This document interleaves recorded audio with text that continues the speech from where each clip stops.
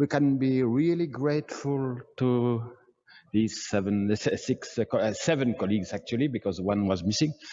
So I think we have a collections of points. Again, sorry. I think all of that is feed for thought. I don't think that we need a final statement about what is important. You have had 7 people saying, well, for me, this is the most important. And actually, each of us has to decide what was important in this Congress for them. But again, my purpose was not to give good marks or bad marks to talks or to say this is more important than that. I think it's to help each of them, each of us, again, as Roberto said this morning, what did I learn? So I will take a quarter of an hour or something to give some points. Actually, many of them have been touched already by our colleagues. So the very first talk we had and the session of today was work with and for farmers. I think that none of us can disagree with that. We all want to do something like that. However, we all know that we cannot have one breeding program per farmer or per field.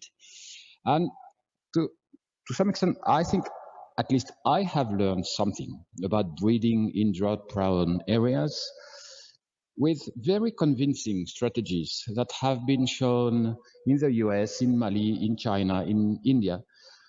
Well, analyzing the main constraint in a region, having hypotheses that are driven by simulations, then a breeding program, and then test in farmer fields. So I found this sequence of events extremely interesting, and perhaps for first time in my life, sorry about that, I've seen breeding as a really as a scientific approach with hypotheses and with so sorry for all those, but it's the first time I understand that. I don't claim that it did not exist before.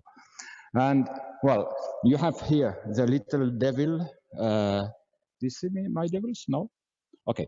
So there are little devils who say horrible things all over my talk.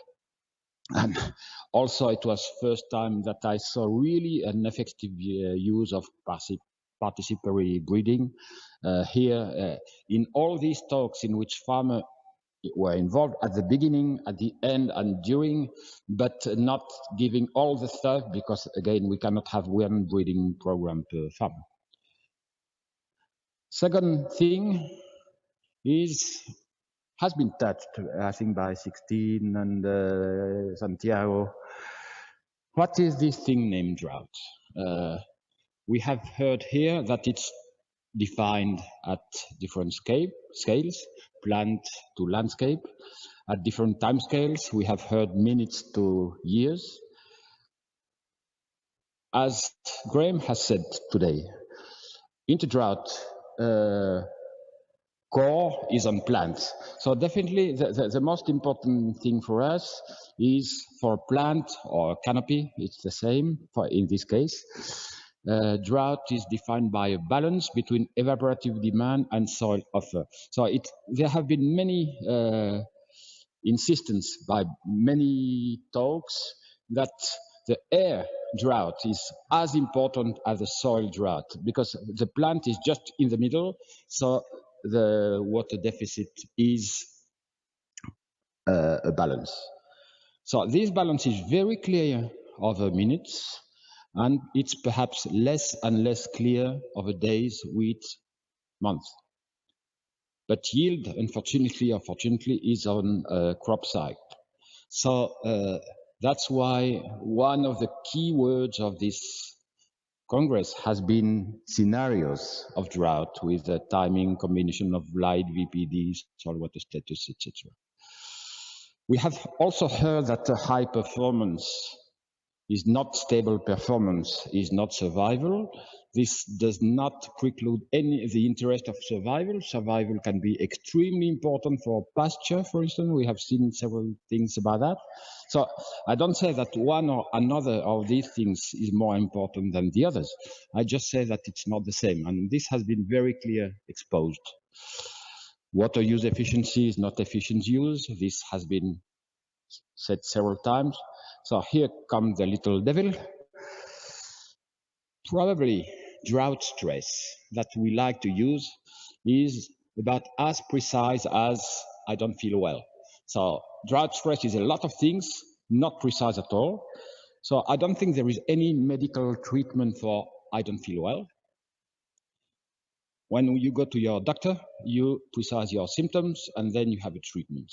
So perhaps we may want to use drought tolerance only over beers, but when we are during working time, we probably want to be more precise and talk about scenarios. And again, this has been touched by several of our young colleagues. This is important because at the end of the day, this will change our way of thinking and of working. Drought and climate change. So I don't think that in this audience there is any doubt about climate change. However, I've heard something that I really did not expect. Will drought get worse? I thought yes. I heard probably not. There is a debate. I think we are scientists. We are here to follow the science. So if we will see. And I think we are all open. But the thing in which there is no debate, and it was said over different talks all over the week, is that the year-to-year variability is much higher than the trend anyway. So whether the trend is like that or like that, perhaps we don't care. But the year-to-year variability is essential. And the variability is essential to farmers because a farmer has nothing, does not know what a mean is. He knows what each year is. So the risk is absolutely essential for a farmer. And variability has been one of the keywords of ID as well. So what the little devil says here, perhaps we should define water deficit as a probability of events, of how the event is serious, water potential, VPD, etc. Also the probability of that, because I think that neither farmers nor scientists are interested in means. We are interested in risk, changes, variability, etc. And I think this is common to farmers and scientists, and mitigation of risk, not of drought, analysis of risk, not of drought, etc. is probably essential. And this has been said again and again, and even this morning. Physiological processes, timescales. You may remember that I asked several times, okay, but what is the role of physiology here, or what is the role of breeders here, etc.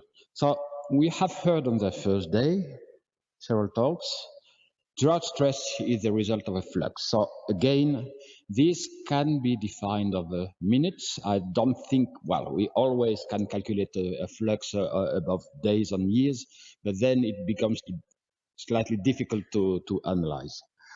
And the plant responses are basically at the time course of minutes as well. We have heard of aquaporins, of growth, water transfer to tapices. All of that is minutes. So we are in a big trouble because we are interested in yield, and yield is a crop cycle. And furthermore, yield, we have heard several times, yield is at canopy level, and a canopy is an assembly of cells, organs, plant, that each have their own life. And the emerging property, the self-organization, it's things that we have heard again and again. And obviously the total is more than the elements. So we need to whenever we are to mechanisms, and even this genetic variability of the mechanisms, we are more at organ and minutes. When we are interested in yield, we are at canopy and month. So we have to play with that. So yeah, physiologists like minutes and organ breeders like crop cycle and yield. And we have seen several times that models can help to reconcile. That's a non-controversial statement. Now comes another one that perhaps you will agree, perhaps not. What I've heard is that the timing of plant responses is perhaps as much as important as the process itself. So we have heard many things about keeping water for later, avoiding high VPD in the afternoon or in some days, etc. Day versus night, timing of irrigation. So we can stick with our own equation and see what is here and what is here. Water use efficiency or transpiration efficiency is a very good example of that. If we stick with that, with the ratio, perhaps we don't address the proper thing. Perhaps the time and the space are more important. And I think that timing has been a key keyword of InterDrough-V. Roots, we have heard a lot about roots. We can say that at last they received the attention they deserve. During a long time, there was probably not enough about roots. So here we have heard about mechanism of growth, architecture, orders, genetics, QTLs, collocation, breeding. It's perhaps the trait on which we have had the whole thing from the mechanisms to the breeding and the success story of the breeding, etc. Then the little devil says, okay, but is that true really, that roots are so essential? I think it's perhaps healthy to ask this question. Obviously, the most striking thing we have seen was in rice. Rice has been selected in water, has basically no roots, and we want to put it in uplands, and we need roots, and here we have huge QTLs, huge effect of breeding programs, etc. Is that completely true in other species?